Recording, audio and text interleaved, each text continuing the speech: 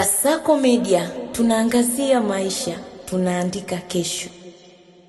Mtazamaji wa Kasako Media, jina langu Adela Thomas. Leo tuko mtaani kuhusiana na ofisi ya Waziri Mkuu, ajira na mahusiano. Jana wametoa fursa za ajira kwa madereva bodaboda maarufu kama maafisa usafirishaji kuhusiana na ajira ya uendeshaji wa bodaboda nchi ya Uarabuni.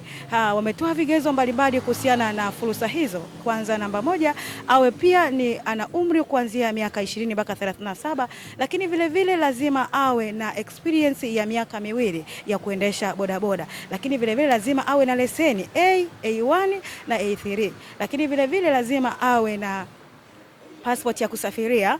Wewe pia anajua kuzungumza Kiingereza. Ungana nami uweze kupata maoni mbalimbali kuhusiana na fursa hiyo ya ajira kwa madereva bodaboda. Asante.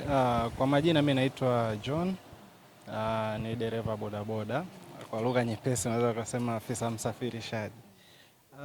Mimi binafsi tangazo nimelisikia, nimelipokea.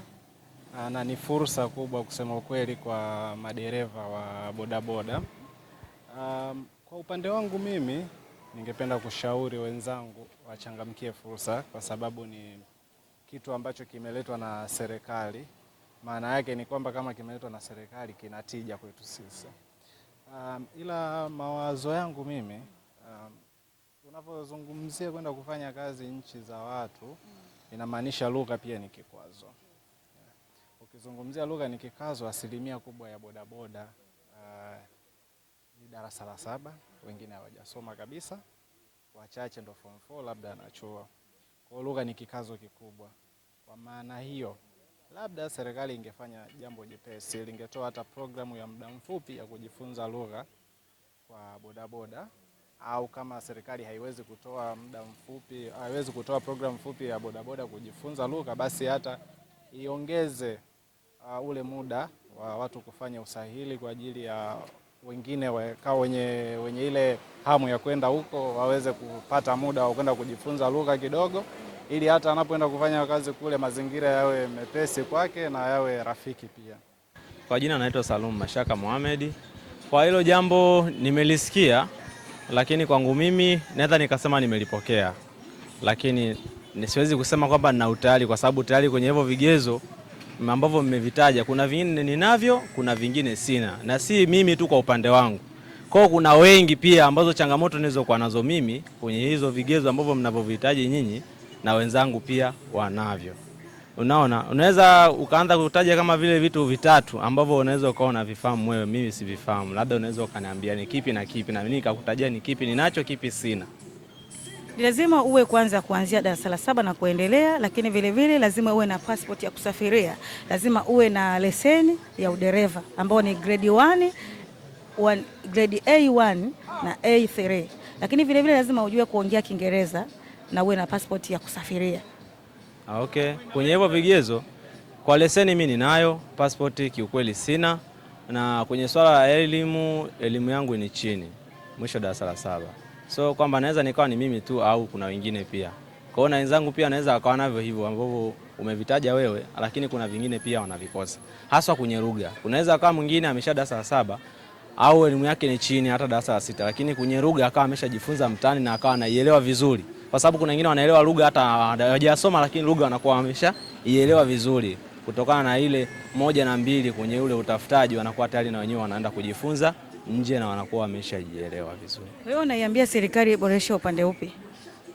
La kwanza na la pili, hata uanzie kwenye elimu, kwenye jambo la elimu kwanza. Kama hapo amesema kwamba kwenye lugha utakuwa ujue lugha. Kuna mwingine ameshala la 7 lakini lugha anaifahamu. Kwa basi hata ambaye ameshala la 7 na waongempa na yeye nafasi hiyo. Kuanzia la 7 na kuendelea. La 7 na kuendelea. Okay, basi ni vizuri, lakini naweza nikasema niko kwenye nafasi hiyo, lakini nakosa kitu kimoja tu kwenye passport. Lakini hivyo vitu vingine ninavyo. Kwa hiyo nadhani hata na wenzangu pia wanakuwa na changamoto hizo. Mimi naitwa Ali. Okay, umepokeaje hiyo fursa ya Mheshimiwa ofisi ya Waziri Mkuu kupitia ajira na mahusiano, kwamba ajira 500 kwa dereva bodaboda, ikiwa kama wewe bodaboda umeipokeaje? Mimi namshukuru Mwenyezi Mungu, nimepokea vizuri. Kwanza naishukuru serikali, au vipi bwana, inabidi niangalie kule. naishukuru serikali kwa kutogea fursa vijana, kwa sababu kiukweli mtaani hatuna ajira, hatuna kazi, au vipi dadangu? Lakini tunashukuru sana serikali kwa kutogea ajira kama hiyo. Kweli nimeiona kwa sababu mtandaoni sasa hivi imetrendi kusema bodaboda, ajira, serikali, na pia tunamshukuru sana mama yetu kutufanyia wepesi kwenye jambo hilo kupata ajira. Wapi serikali iboreshe? Muona kuna kipengele ambacho kitakuwa kigumu kwa mabodaboda wengi? Mimi kwa kipengele cha kuboresha kwanza kwa ndugu zangu mabodaboda, kwa sababu mwenyewe bodaboda, cha zaidi kwanza shule. Yani shule ndipo, yani nikisema shule tupate kwanza elimu ya barabarani. Unajua tujue alama za barabarani au vipi bwana sister yangu. Yani ninachoona hicho kwanza serikali wasitendie swala hilo, yani walishikilie ili pate, kwa sababu sasa hivi ajali nyingi zinatokea za mabodaboda. Tunalalamikiwa si mabodaboda barabarani, si ndio mwenye fujo, kumbe sometimes ni hamna. Wengine wana sheria wanazijua, wengine hawajui sheria. Basi wasiokuwa na sheria serikali watushike mkono, au vipi bwana sister? Watu kama kuna shule tukasome VETA, au vipi bwana sister? Haya, asante. Kwa majina naitwa Salvatore, ndio jina maarufu. Mimi naweza kuipongeza serikali kwa ile ambayo wamelifanya kwa kutafutia ajira vijana na fursa kwa pamoja, kwamba wameweza kutambua kwamba maafisa bodaboda, kwa sababu kipindi cha nyuma ilikuwa ni kazi ambayo ilikuwa inadharaulika sana, ila kwa sasa naona serikali wameweza kuipa kipaumbele na kuipa mwanga iweze kuwa ajira moja kwa moja. Hivyo basi naweza kuwapongeza sana, naweza kumpongeza rais, na kitu ambacho naweza kusema kwamba serikali naomba watusaidie katika hili. Nimeona wameweza kutangazia hiyo nafasi, lakini nikiangalia kwa muda ambao uliopo ni muda mchache sana mtu kukamilisha labda pasipoti. Labda serikali inaweza kusaidia kwa wale ambao wataweza kukamilisha kuwa wamekamilika katika vigezo, na watakaokuwa wamepitishwa katika usaili waweze kuwasaidia kupata pasipoti, kwa sababu ndo nahisi ndo kigezo ambacho ni kigumu, kwa sababu vijana wengi hatujawahi kujiandaa kwa njia ya kuwa na passport. Hicho ndo ya kwangu. Mtazamaji wa Kasako Media, na hii ndio tamati ya kupata maoni kwa madereva bodaboda kuhusiana na fursa iliyotolewa jana kwenye ofisi ya Waziri Mkuu Ajira na Mahusiano kuhusu udereva bodaboda kwenda kufanya kazi Uarabuni. Wengi wao wamezungumza kwamba waboreshewe, labda wengine kwa sababu hawajui lugha ya Kiingereza. Kulingana watu wengi wameshala 7, elimu yao ni ndogo kwenye lugha. Upande wa lugha waboreshe, kwamba wape hata miezi 3 kujifunza kwanza, baada ya hapo waende wakafanya kazi huko. Lakini wengi wao pia wameomba kwamba wengi wao hawana passport ya kusafiria, wakiwapa hata japo wiki 2 wiki 3 wataweza kupata hizo passport za kusafiria. Lakini wengi wao pia wameipongeza serikali kuiangalia kwa jicho la tatu, kwamba kumbe hata bodaboda pia wametazama. Ulikuwa nami Adela Thomas katika kupokea maoni kwa bodaboda. Nikutakia utazamaji mwema wa vipindi vinavyoendelea.